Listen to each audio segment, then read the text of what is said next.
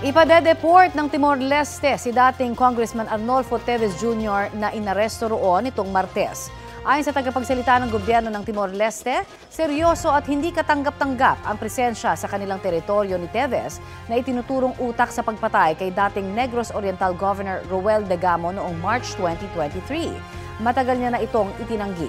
Sa bisa po ng administrative decision ng Ministry of the Interior ng Timor-Leste, dapat ma-deport si Teves dahil naroon siya kahit walang valid visa o legal authorization. Kanselado na rin ng gobyerno ng Pilipinas ang hawak niyang pasaporte. Malugod na tinatanggap ng ating Justice Department ang pasyangya ng gobyerno ng Timor-Leste. Anila, handa silang makipag-ugnayan sa kanilang counterparts doon. Nakahanda na rin ang joint team ng DOJ, Bureau of Immigration at NBI para maiuwi ng ligtas sa Pilipinas ang dating kongresista.